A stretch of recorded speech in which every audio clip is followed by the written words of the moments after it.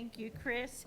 Welcome, everybody. Yeah, we're delighted to see you again. I have to say, last night I went to bed with a very happy heart. There's something about communing together, and while Zoom is quite wonderful, and we have found that it can connect us where we feel already very acquainted and like family after meeting like that for a while, it certainly is good to be in your good company. We're going to kick off this morning with a good friend of mine, and I love this story because it really sort of shines a light on how important it is to use your words for the best good. 6 years ago in 2016, I was merely volunteering for Explore Mars and doing outreach with students, and had the pleasure of speaking on a Tuesday and said something to the effect of, hey, you want the workforce in the pipeline you guys keep talking about? Then get off your duff and go to it. I might have been a little more genteel. I'm not so much 6 years later, but I said something to that effect. Well, apparently, Malkawi heard me. And not only heard me, but rather quickly went out and formed Borderless Labs, went to the Smithsonian, purchased some space supplies, even kid astronaut suits, and went to Syrian refugee camps and took space and STEM there. He is taking space and STEM all over the globe, is translating space and STEM curriculum into all manner of underserved languages. So without further ado, please make welcome Mac Malkawi and let him tell you about all that he's doing. Thank you, Janet. Oh, goodness. Thank you. How can I follow that introduction? Thank you, Janet. Thanks, Explore Mars. I never thought I'd be standing right here as a speaker when I came here in 2016 as an enthusiast who just liked science and space and STEAM and all things inspiring about just makers and space in general. So of the audience here, how many people are not in the space industry, don't work for an aerospace company or have a payload in aerospace? I'd say about half. Okay, I was you. They're just so inspired by people like Bill Nye, the Science Guy. So 2016, I heard that there's going to be Bill Nye, the Science Guy, Andy Weir, Robert Picardo, and I came to the listener auditorium across the street, just wanting to meet those inspirational figures. And they spoke, and we applauded. But what I didn't realize is, who remembers Apollo 8? We went to the moon and discovered ourselves. We discovered the Earth. I came to Explore Mars to seek out Bill Nye and Andy Weir and Robert Picardo, and I discovered Janet Ivey. I discovered Lori Garver, and I discovered Alan Stofan. And that was the magic that changed me during that time. I was marinating on this idea of I have two passions. I just love space. I adore it. I love the inspiration that comes out of it. It is cool. It is fun. And I love philanthropy. I love to do a good thing. And there was no marriage of those two passions of mine that I could find that I could collaborate with anyone. So I was just marinating on this idea and dreaming. You know that feeling of you're just dreaming and doing nothing year after year, until I heard Janet Ivey say, hey, every one of you has a great idea. Go up, get off your butt and just go do it and just go fail. She mentioned something, I've never even heard of Arthur Ashe, and she said, start where you are. That's the first step. Doesn't matter how far behind you are, just start. And I was like, yes. So I started, and start where you are. Work with what you have and do what you can, and those were the things that were holding me back. I just looked at all these people who were so far ahead of me, and I said, oh, I'll never be them.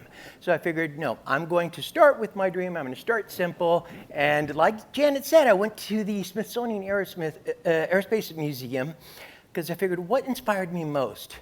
The picture that I remember from my childhood is me being inside that Apollo astronaut suit. You know those suits that that you walk in, put your head through, and then you get your picture taken? So that Polaroid was a Polaroid that I showed everybody.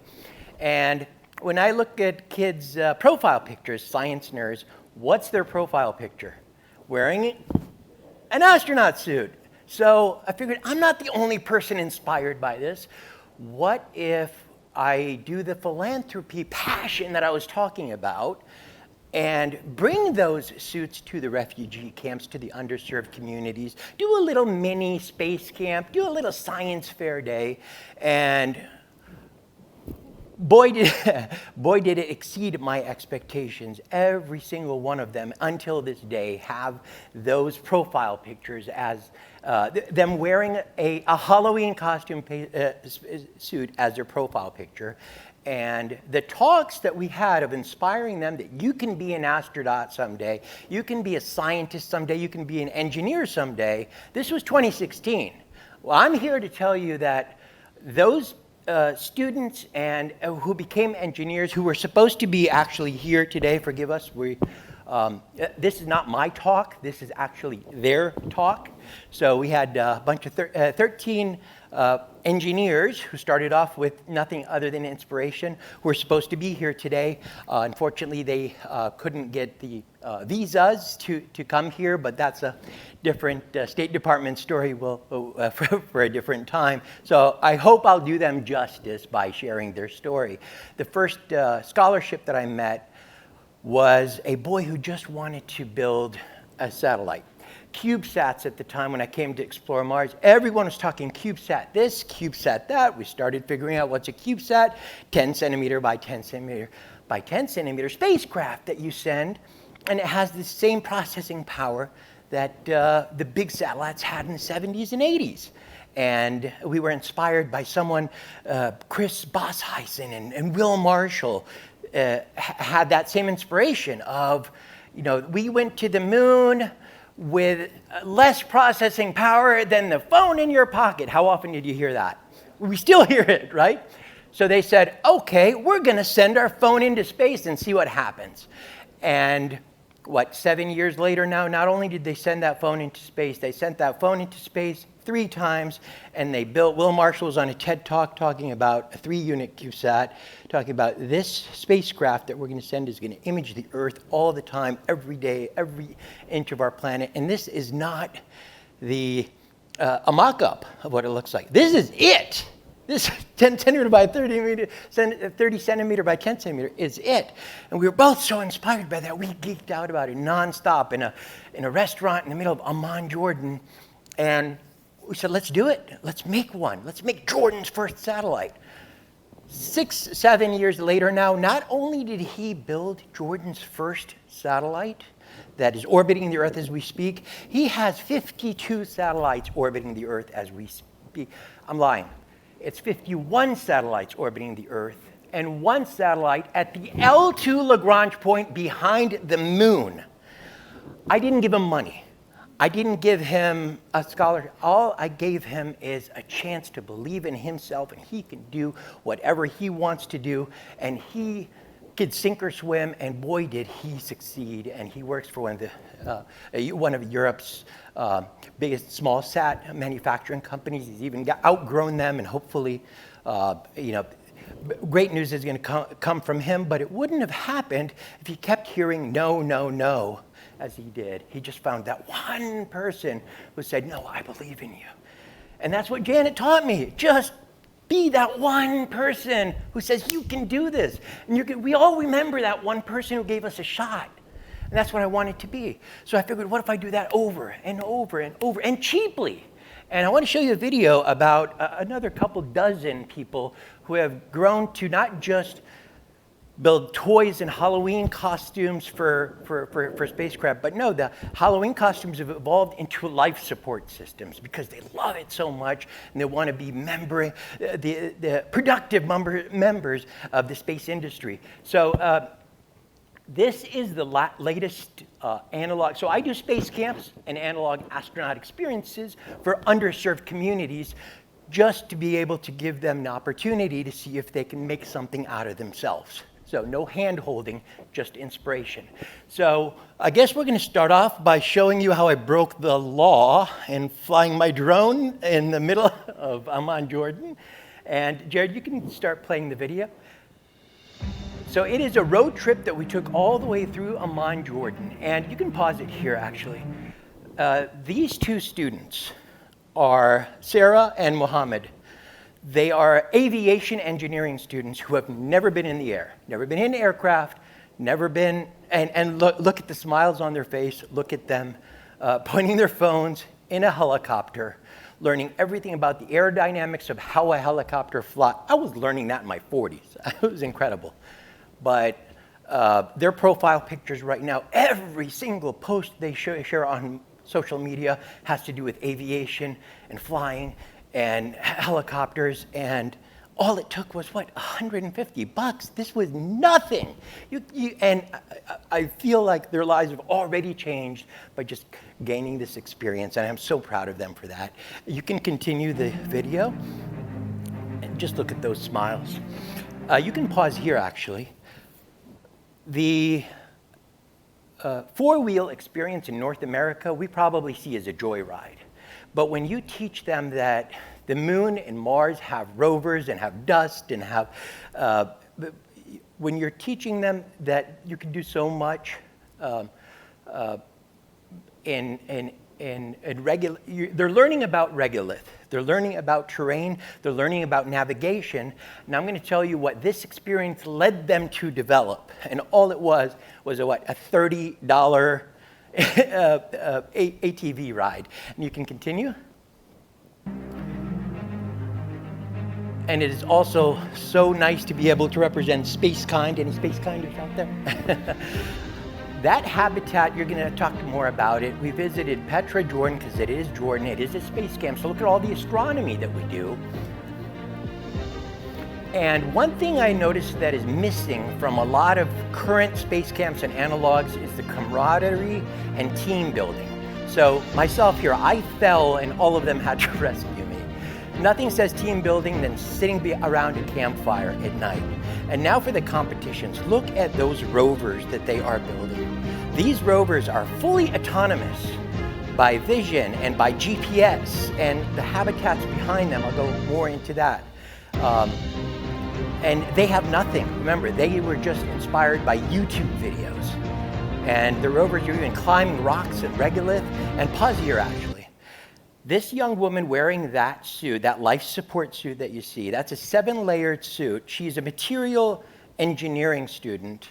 Went from everything from fog mitigation to redundant methods of fog mitigation. Actually, one of the redundant methods of fog mitigation was using the body's heat to power a 5-volt fan to keep the air circulation going on in the helmet so you won't have fog on your visor. I didn't think of that. It was amazing just because she was just so inspired.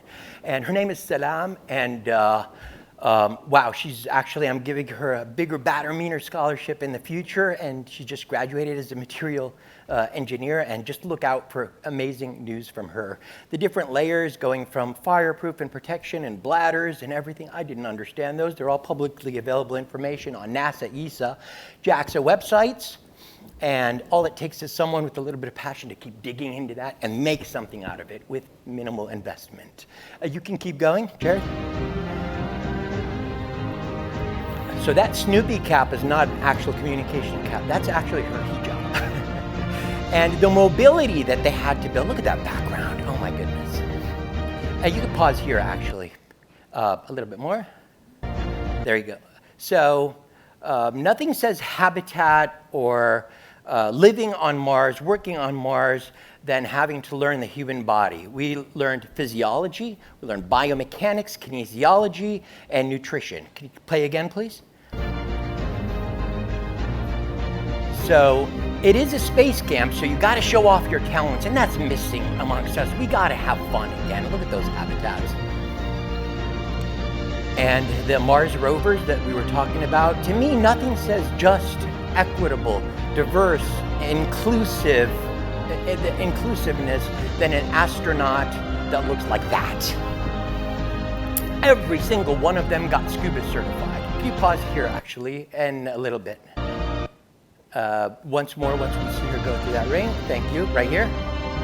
So that woman is currently a refugee, currently now living in she is actually probably sleeping right now in a tent in a refugee camp. Technically, we're supposed to call it a caravan for legal reasons, but she is now a renewable energy engineering student who, when I first met her, Janet actually knows this story because when we did our first science day, can you play a little bit more? And pause. So she's the one on the very left holding this, my flag, Borderless Labs is the name of my company, and she's the one on the very left over here. We had just a science fair day, build marshmallows and toothpicks to build a tower. We've all had those in science class before. And she came and was starting to talk about pulsars and quasars and black holes and globular clusters. And I'm looking at this refugee, and she was 16 years old at the time. And I'm like, how do you know all this stuff? And she said, from the Google. And I'm like, hello? And I was like, wow. It never occurred to me that they have the wealth of human knowledge like all of us do. They just needed direction. And I couldn't be more proud. She's she's a renewable energy engineering student as we speak.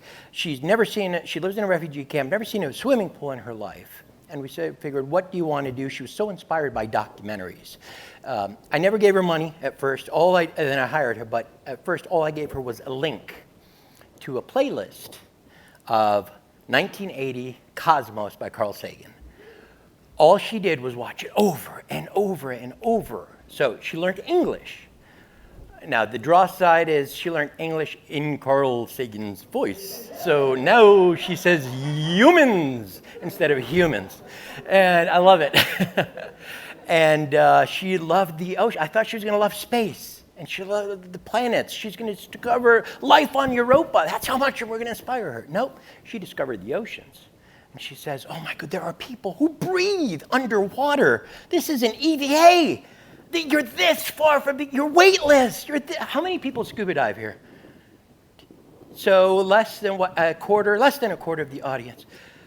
If you haven't scuba dived before, you are this far from being an astronaut. I tell you, it is a magical experience. Not just the feeling, the 45 minutes of checklists you have to do for life and death, life support.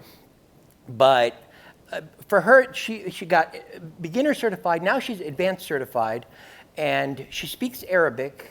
So we are going to go to Central America to film the Arabic world's first Arabic-speaking documentary with an Arabic host, filming a Shark Week documentary.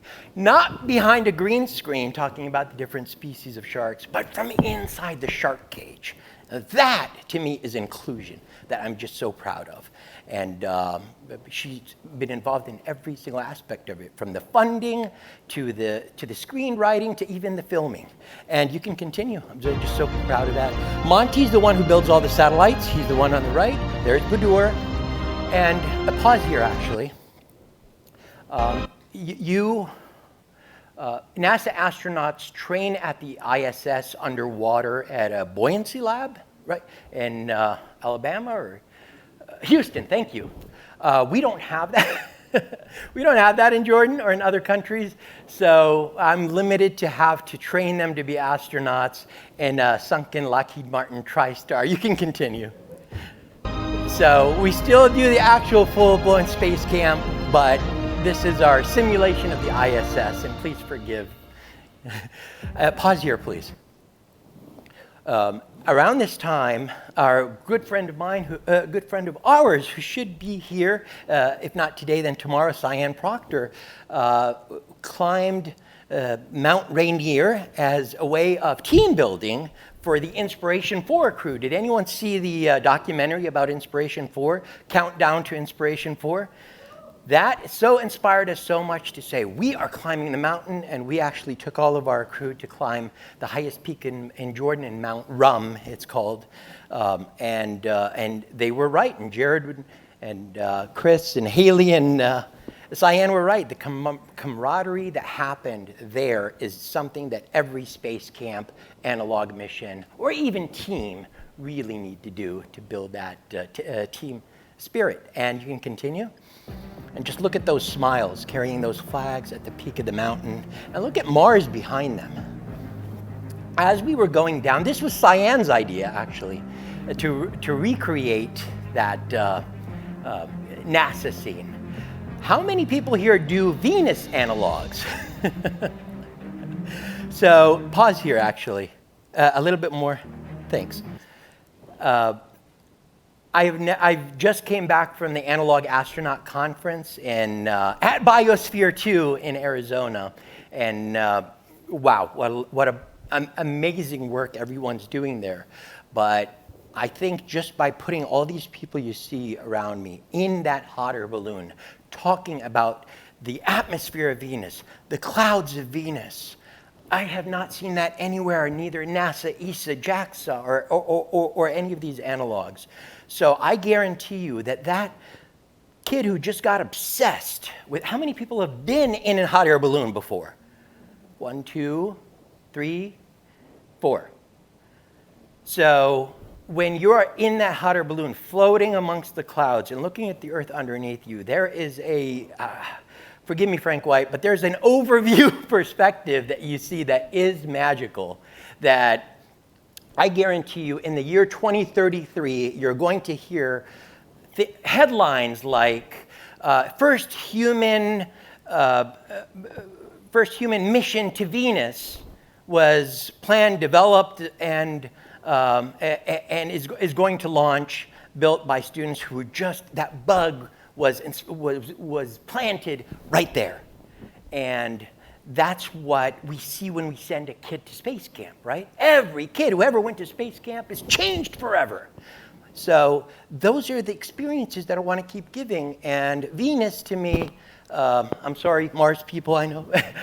Venus has a special place in my heart, and that Venus analog was something I really wanted to instill in them. And you can continue. Look at that view. Oh, and we did regolith board. I was called it sandboarding, but I was corrected. Forgive me. It's regolith boarding. And it is a space camp, so jamming with the guitar, you know, at the final scene of Dune. That's my company, Borderless Labs. Thank you. So it's not about me, it's about all of these students who just got inspired to make some things, and they made rovers and suits, and this year they're making more satellites, and the rovers are even bigger, and they're made flight simulators, and they're going to be centrifuge gyros, and we qualified for the NASA Deep Space Food Challenge, so you're going to see 2 of those habitats that are just full of greenery and microgreens, and hopefully wish us luck for the NASA Deep Space Food Challenge, and hopefully you'll actually get to hear from them next year to actually make their case in person. Thanks again to all of them who should have been here. They're watching online, so thanks, Mohammed, Sarah, Omar, Budur, Monty, all of you. You guys are amazing. You guys are why. Give me reason to keep doing this. Thanks again.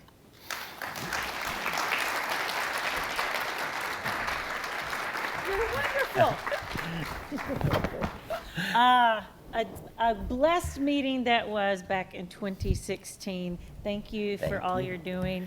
And yeah, if anybody wants to talk and meet with Mac, I highly encourage you to do so. We have time for 1 or 2 questions. Anybody have a question for Mac before he leaves here? Mm-hmm. Do you or the students encounter any kind of cultural resistance from, especially for the women, I suppose? Absolutely. In doing this work? Absolutely. And the same cultural resistance in 2 ways. Same cultural resistance that you all encounter, and we as an industry still fail to address, which is the question, why space? Why are you wasting your money on this? Really? These kids need food. These kids need shelter. They need blankets. You're giving them science and this is a waste of time. They're never going to be anything. That is one of the most thing. It's the same thing we hear. Do you guys not hear, why are we wasting all our money in space all the time? So that's the first one I hear. The second one is from here, which is, why are you wasting your money on them? And ITAR, and you're not allowed to, and oh my goodness, this is illegal. This is, so I hear the legality finger pointed at me saying, this is national security secrets that you're giving them, and meanwhile, all I'm doing is pointing them to nasa.gov. So I get it from both ways, but I've learned to invest my time and energy in people who do want to do better than to keep trying to answer the naysayers. And that was my biggest failure. You've asked me before, what was your biggest failure? My biggest failure is I wasted my time trying to convince those who will never be convinced otherwise. And now that I'm investing my time saying, yes, you can be this person, look what they're becoming. So what about the brown women and men? What is their perspective on the cultural resistance? It's the same as the first one. Why are you wasting your time and money? The majority, the vast majority, greet it with open arms. And I was mistaken to not pay attention to them. And the vast majority say, oh my goodness, we're finally being seen. We're finally being heard. Do you know how powerful it is for someone to finally be seen, finally be heard after years and years of working so hard? And then just for someone to acknowledge you, acknowledge your existence. When you point out someone's name in an audience, they start crying. You know, it's so powerful to acknowledge someone. So the vast majority where I want to focus on is, what I hear is a thank you. But you also hear that whole, you know, you're wasting your money, you're wasting your time. Women should be in the kitchen. These boys should be working in an electrical plant rather than making these toys. But we hear that here. So I don't want to distinguish between that culture, this culture. I want to distinguish between educated, non-educated, people who have vision, and people who want to see a future of humans living and working in space and on Mars, and people who don't see that value. So for me, I've learned to just focus on the vision. And I'm going to run into those. I run into those everywhere, so I've learned to not distinguish. Thank you so much, Matt. Give him another big round of Thank you. applause. Thank you.